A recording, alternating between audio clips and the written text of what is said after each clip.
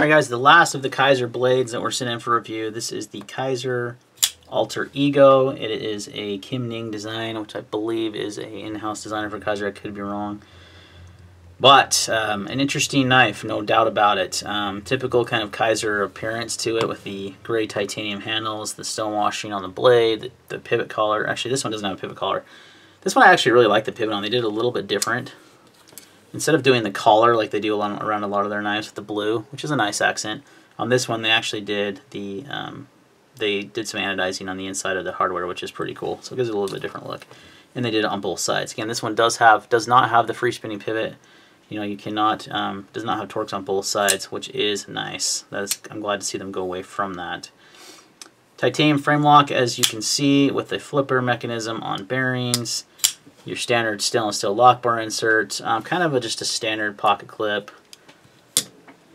just a fold over, you know, titanium clip, nothing fancy. Just give you an idea how it carries.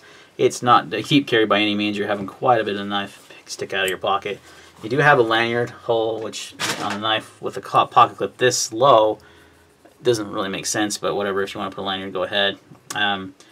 Does have some nice milling on the titanium for just a little bit more style. Kind of a cool touch there. You have some jimping up here. Flipper tab is okay. It's not the best. I mean, it works well, but one thing I don't like is the jimping is too aggressive here. Right, it's really aggressive right here. So when you flip, every time you get your thumb and your finger, not your thumb, excuse me, your finger on that. So it's a little aggressive, more than it needs to be. It kind of cuts you up a little bit. Not cuts, but you know, it's just obnoxious a little bit. The jimping on the blade, though, is not as coarse, which is interesting. So they don't even match up as that well. This is really kind of gets you on your finger when you flip it, and this is actually pretty functional. But overall, together, as they kind of come together when the blade's deployed, you can see in the design, they work well, and they grab your thumb and it keeps it in there. But it's a little too aggressive for that flipper, because no matter what you do, unless you kind of use the side of your finger, and then you only get this last part. If you come at it like normal, or like this, you're gonna scrape that finger every time across that, and it's just a little aggressive. So I would have toned that down quite a bit. Nice S35 VM blade. Let's go ahead and go over the basic specs real quick of the knife. 8.125 inches in overall length with a 3.5 inch blade. S35, as usual, drop point. You have a flat ground blade, stonewashing on the blade, 4.6 inch handle. Your handle thickness is just shy of a ½ inch, which is nice, so it is pretty slim. It can go right or left-handed tip-up carry only. You have it's obviously on bearings, and it's a titanium frame lock, kind of these standard up knives these days. So those are some basic specs. Your thinness behind the edge is probably pretty in tune with most Kaisers. Yeah, 0.027 on that one. Not the best, but not horrible. Your blade, when it's shut, is going to be a little bit wider for sure.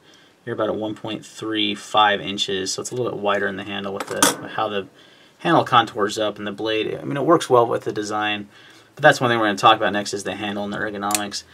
So when I first got it in my hand, I thought that's pretty comfortable, but then I'm like, God, there's just this one spot right here on the heel where it comes down like this that no matter what, you can't avoid it. It's there, and it's not a, I don't want to call it a hot spot, because it's not terribly uncomfortable, but you feel it right there in the meat of your pinky, and as you're doing cutting tasks and such, it doesn't like hurt or anything. It's like, I hesitate to call it a hot spot, but it kind of is a hot spot. It's the problem with doing a handle design like this that's so curved and contoured, and it's kind of like forcing your hand to sit a certain way in the knife. When you go with a more neutral design on your handle like this, where you just have that, and you know, you do have this one finger twirl here, but it works so well. It's like it's so comfortable in the hand because you've got kind of a straighter handle. And a long time ago, guys figured out when making knives that the straighter handles are almost always Ferrenport's Gent. Very good. Here's the pinnacle of folding knives, the Sabenza straight handle design. Do you know what I mean? It's just something to you look at and you think, that's a good idea, but it typically doesn't work. It's not going to work with everyone's hands. I only have medium-sized hands. I don't have large hands in any means, and it's there. So maybe if you have bigger hands, maybe your pinky would wrap around this area more, and you wouldn't feel it, or if you had smaller hands, you would just be right in that pocket and be fine. But that's the problem, is it doesn't fit everyone's hand type like a straight handle design does. So that is one con on this knife, is how it curves so much right here. It causes a hot spot right there, and honestly that part of the jimping as well.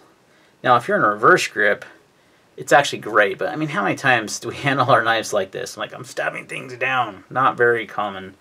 Not for me. I'm most of the time, 9 times out of 10, going to use it like this, and that's where that part right there really gets in the meat of your pinky, and you really feel it.